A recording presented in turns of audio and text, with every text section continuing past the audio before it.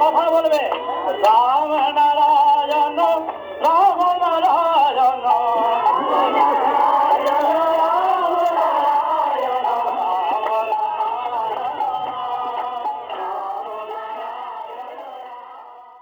রাম নারায়ণ রাম।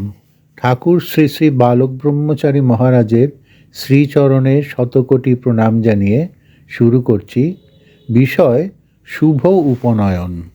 1969 সালের 20শে জুন শুকচর ধামে ঠাকুরের কিছু সন্তানের শুভ উপনয়ন উপলক্ষে কিছু নির্দেশ দিয়েছিলেন, সেগুলোই এখানে তুলে ধরা হচ্ছে।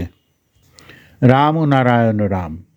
ঠাকুর বলছেন, এই নবজীবনের পথে আজকে এই পৈতেটার দরকার আছে। মানুষ যাতে ত্যাগের ভিতর দিয়ে সাধনা করে জীবন অতিবাহিত করে, ত্যাগের ভিতর দিয়ে সমাজসেবা করে, তার জন্যই ত্যাগের লক্ষণ হিসাবে এটা হলো সেই বন্ধন। আমাদের ভিতরে যেসব ক্লেদ পঙ্কিলতা আছে, অসুর বৃত্তি আছে, সেগুলিকে দমন করার জন্যই এই বন্ধন। দেহযন্ত্রের ভিতরে আছে চক্ষু, কর্ণ, নাসিকা, জিহ্বা, ত্বক। এরাই তো এদের চাহিদা মিটাবার জন্য সবাইকে এগিয়ে নিয়ে যাচ্ছে, এবং সেই চাহিদাগুলো যাতে অসংযত না হয়, সংযত হয়, সংযমে আসে, তার জন্য এইটা দিয়ে দেওয়া হলো।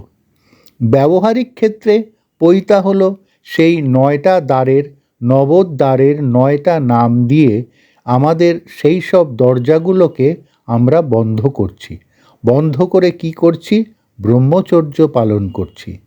ত্যাগের মাধ্যমে সংসার সেবা, জনসেবা এবং দেশের সেবায় আত্মোৎসর্গ করাই হলো ব্রহ্মচর্যের লক্ষণ। ব্রহ্মচর্য হচ্ছে সংযত জীবনযাপন করা, সংযম রক্ষা করা। কাম দমন হয়। কাম কখনো ত্যাগ হয় না, বর্জন হয় না।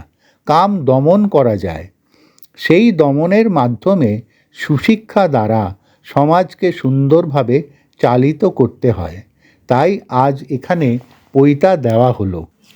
পৈতা নিতে দেখো কত খরচা লাগে, কত কিছু লাগে। এখানে কোনো কিছু খরচার বালাই নাই।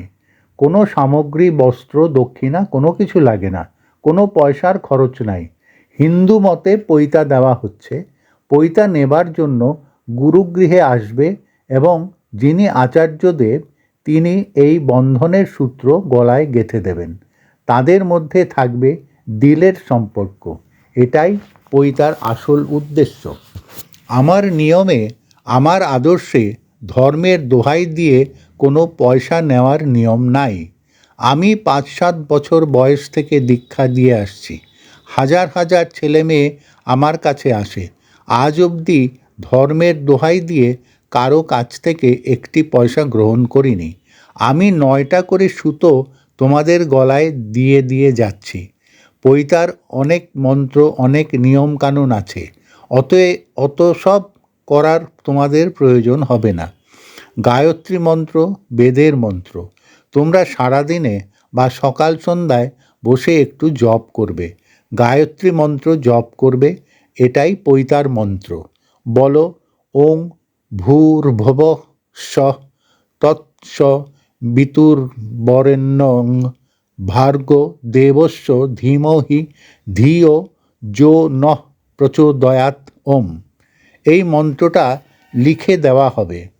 আর আনুষঙ্গিক মন্ত্রতন্ত্র অনেক আছে, ওগুলো করার এখন প্রয়োজনীয়তা নাই। এই মন্ত্রে সমস্ত মন্ত্রের অর্থ, সমস্ত মন্ত্রের সার, সমস্ত মন্ত্রের আদি অন্তের সব কিছু আছে। এই গায়ত্রী মন্ত্রই তোমরা সকাল সন্ধ্যায় বসে জপ করবে। এখন কথা হলো, যারা যারা আজ পৈতা নিল, তারা যাদের সন্তান, সেই পিতামাতার তাদের প্রতি আর কোনো দাবি রইল না এই মুহূর্তে। এই নিয়মই বহু বছর যাবৎ চলে আসছে। যারা পৈতা নিয়েছে তারা ব্রহ্মচারী হয়েছে। এইটাই হলো সত্যিকারের সন্ন্যাস। তাদের নতুন জন্ম হয়েছে।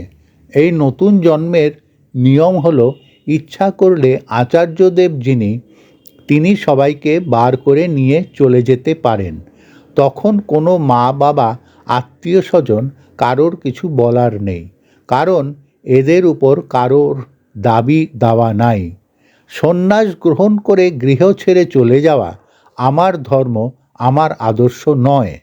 যাদের আজ পৈতা দেওয়া হলো, তাদের সন্ন্যাস ত্যাগের মাধ্যমে জীবনযাপন করা।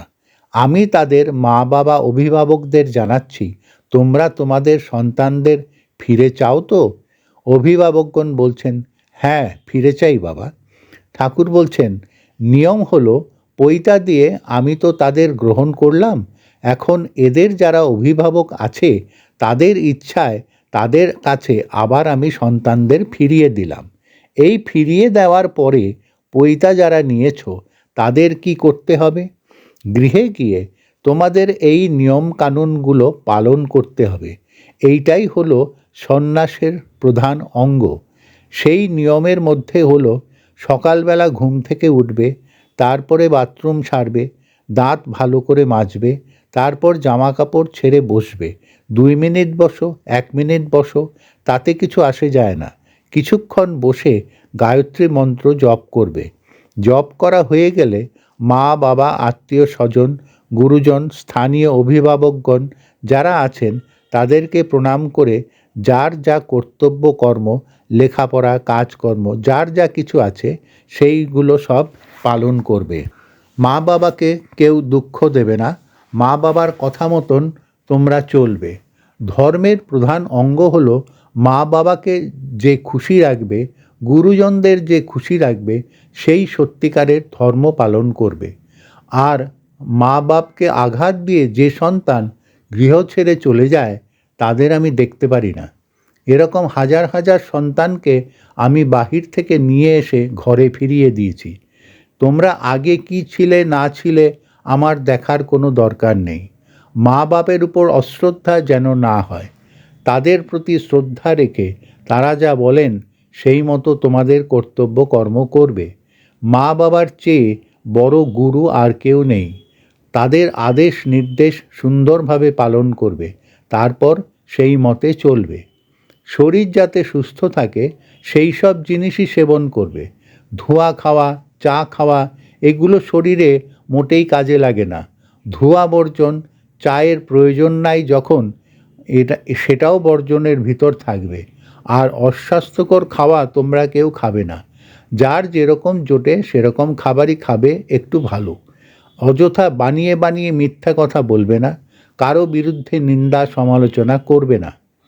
অন্যের বাবা মাকে কোনো রকম ব্যঙ্গ বিদ্রূপ করবেন না। গালিগালাজ দেবে না। নিজের বাবা মায়ের দিকে তাকিয়ে অন্যের বাবা মাকেও সেভাবে শ্রদ্ধা করবে। এই কয়টা নিয়ম তোমাদের পালন করতে হবে।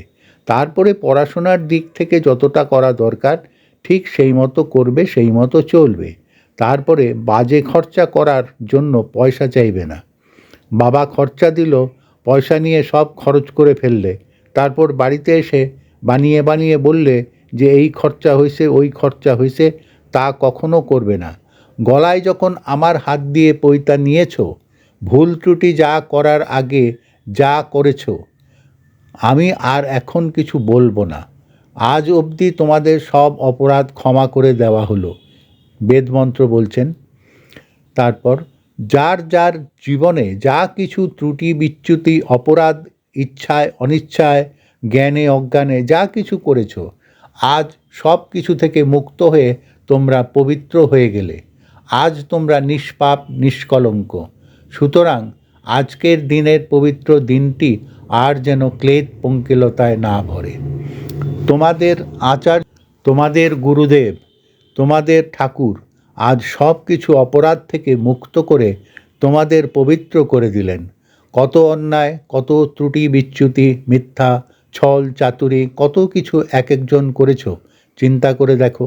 সুতরাং আজ যখন নিজ হাতে তোমাদের গলায় পৈতাটা দিলাম, তোমরা পবিত্র হয়ে গেলে, তোমাদের নতুন জীবন লাভ হলো। আর যতটা পারো যথাসাধ্য চেষ্টা করবে ভালোভাবে থাকতে, যাতে ভিতরের ত্রুটিগুলো আবার এসে পানা অর্থাৎ কচুরিপানার মতো ঘিরে না ধরে। কথাগুলো মনে রেখো। যার হাতে আজ পৈতা নিলে তিনি আচার্য গুরু। তার কথা মতন তোমাদের চলতে হবে। আমি মরে গেলে তোমাদের অশৌচ হবে, এটাই শাস্ত্রগত নিয়ম। সুতরাং তোমাদের সাথে আমার রক্তের সম্পর্ক করে নিয়ে গেলে তোমরা সেই মতো চলবে, এটাই আমি চাই। আমি দেখতে চাই তোমরা সূর্যের মতন ফুটে বার হয়েছ, ফুলের মতন বাগানের শোভা বৃদ্ধি করছো। এইভাবে আমি তোমাদের দেখতে চাই। বলো ওং ভূর্ভুবঃ তৎস বিতুর্বরেণ্যং ভর্গো দেবস্য ধীমহি ধিয়ো যো নঃ প্রচোদয়াৎ। ওম। আজকের খাওয়া তোমাদের ঘরের মা বাবা আত্মীয় স্বজন কারো অন্ন তোমরা খেতে পারবে না। আজকে আমার একটা অন্ন ওদের অন্নের সঙ্গে মিশিয়ে তারপর সেবন করতে পারো। তাই আজ থেকে 3 দিন তোমরা নিরামিষ খাবে। সৈন্দব লবণ, আতপ চালের ঘি, ভাত ঘি আর আলু সিদ্ধ দিয়া 3 দিন কোনো মতে কষ্টটা করো। 3 দিন পরে চতুর্থীর দিন মৎস্যমুখী। 3 দিন কথা বলা নিষেধ, কথা বলার দোষ আমি ক্ষমা করে দিলাম। 3 দিন পরে বাবা মা আত্মীয় স্বজন যারা থাকবে তাদের থেকে অনুমতি নেবে আমরা কথা বলবো। আমি আগেই জানিয়ে দিলাম 3 দিন পরে আমিষ খাবে। তারপরে একবার এসে আমার সঙ্গে দেখা করে যাবে সবাই। আজ এই থাক, আজকের ভিক্ষাটা কিছুটা আমি দিয়ে দিচ্ছি। রাম নারায়ণ রাম। পুস্তক সূত্র শুভ উপনয়ন।